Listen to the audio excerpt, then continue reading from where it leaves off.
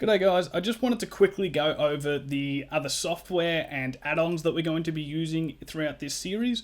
So obviously the biggest one is that you'll need Quixel Mixer, or if you use some other texturing package then go ahead and use that. I'm going to be showing how to make these textures here in Quixel, so I'll step you through all of that once we get to it.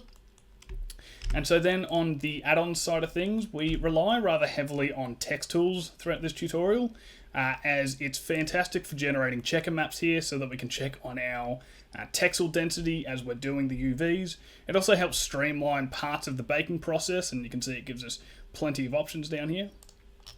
It's also really handy for our material IDs that we'll use later on in Quixel. I also use UV squares very briefly. I just straighten out one or two of the UV islands, so you can go ahead and put UV squares in if you want.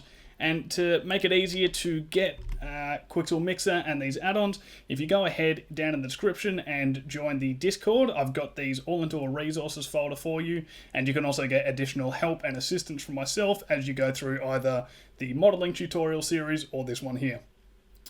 But without any further ado, I'll let you guys hop into the first tutorial and I will see you over there.